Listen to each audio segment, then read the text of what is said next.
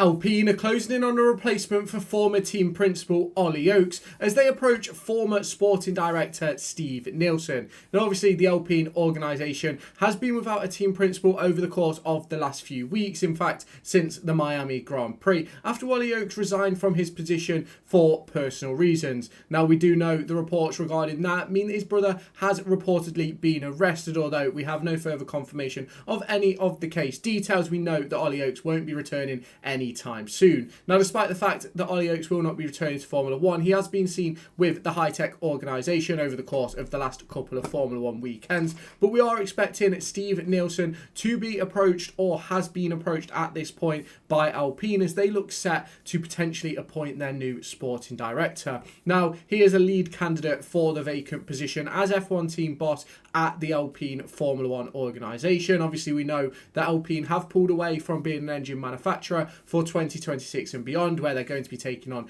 the Mercedes power unit. Now, obviously, the resignation is what has opened up the spot for the senior management in Steve Nielsen to be able to take, and obviously that sort of opens the door at Alpine to be able to sort of see what's going to happen with that. Now, this report comes from Planet F1, where they understand that Nielsen has already been approached for a senior role with Alpine, and with the obvious vacancy being team principal, that is what they anticipate it to be.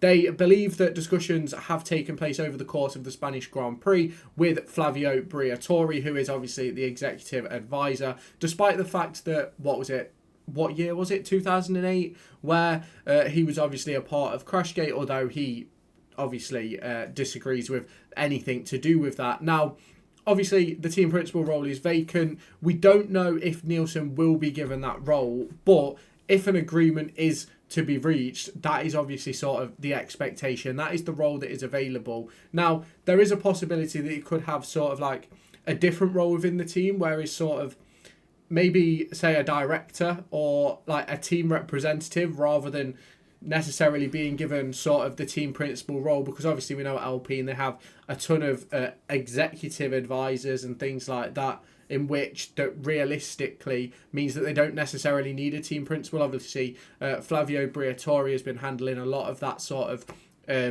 team principal type of roles over the course of the last few weeks, since obviously the Miami Grand Prix. And obviously, if Nielsen is to take up a role like that, he'll probably front up like the media and things like that as they sort of look forward. Now, if we want to look at sort of like his CV, before he became a sporting director for Formula 1 in the FIA, he joined the grid back in 1986 as part of Lotus's test team, which has seen him sort of operate like the spare parts department for Lotus and Tyrrell, and then he became the team manager in 1994.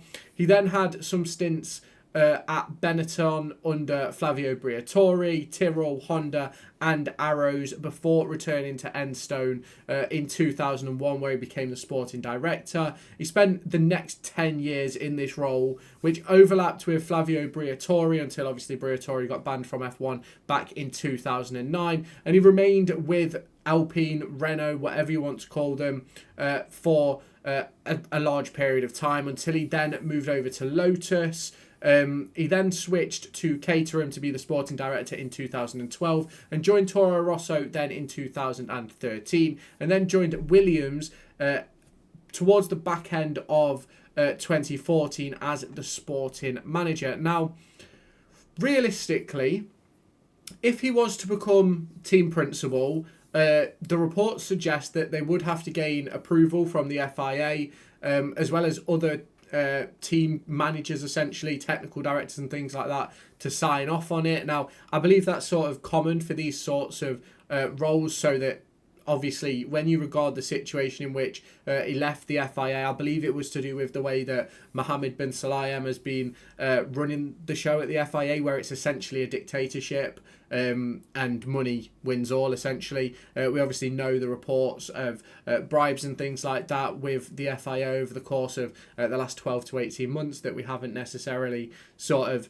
realistically had answers for. Now, there is obvious conversations regarding that of Gunter Steiner in regards to the team principal position at Alpine. Ultimately, though, it is understood at the moment that Alpine have not approached Gunter Steiner for the role, and obviously there is also Otmar Safner, who also hasn't been approached about a possible return. Now, we spoke a few weeks ago actually about Otmar Safner, who does have potential financing for a 12th team on the grid after Cadillac join, and obviously there's the potential there that he could sort of essentially be part of the ownership structure, a bit like Christian Horner has been with Red Bull, which obviously sort of gives him the opportunity to be able to sort of run things his own way and things like that. Now, obviously, like when you look at Steve Nielsen, he's got a massive career across the course of Formula One with a range of different teams, where I think it isn't a bad move for Alpine. I think it's actually a good move if they were to bring him in as sporting director. I think it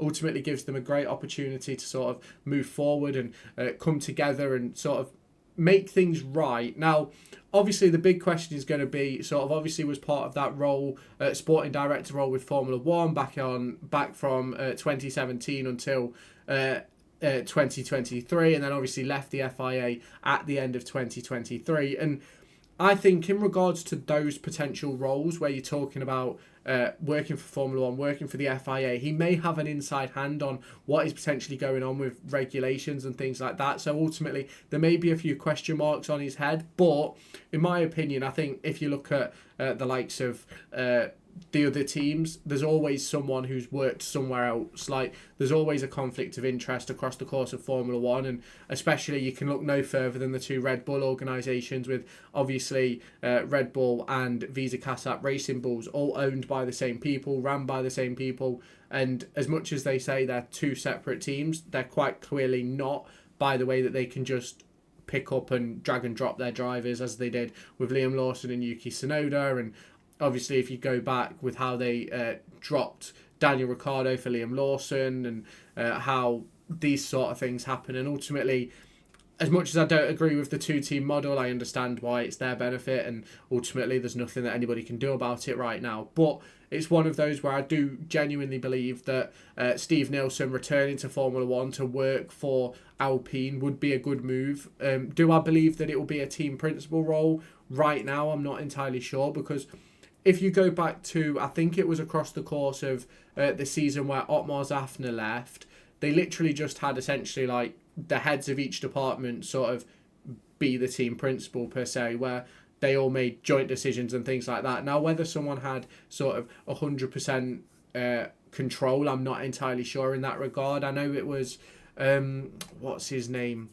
There's a guy who fronted it up. I'll see if I can find it while I'm talking you through it, who obviously sort of took the brunt of everything. Alessandro Aluni Bravi, he sort of got the team leadership role, but ultimately there was more of a structure behind him that where he necessarily wasn't sort of leading the charge on his own. There was he was given essentially de facto team leadership, but ultimately he wasn't necessarily leading the team. It was the people above him, the directors, the advisors, and the other people around the other categories, and he was essentially just sort of the one that fronted up the press and things like that. So Alpine obviously have a lot of work to do, and I think that they've got a brilliant opportunity with Steve Nielsen to be able to move themselves forward. Will it be enough to help them win championships? We've obviously been hearing about their 5-year plan for probably the last 5 years, and ultimately it's not quite got where they wanted it to go. Obviously double podium last year, but obviously this year nowhere near. So obviously you can let me know your thoughts down in the comments. If you have not done so already, hit the subscribe button, hit the like button. If you want to, check out some of the other videos on my channel as well. There's some content about the likes of Arvin Lindblad, Fernando Alonso and Max Verstappen, so make sure you check those videos out, and I'll catch you in the next one.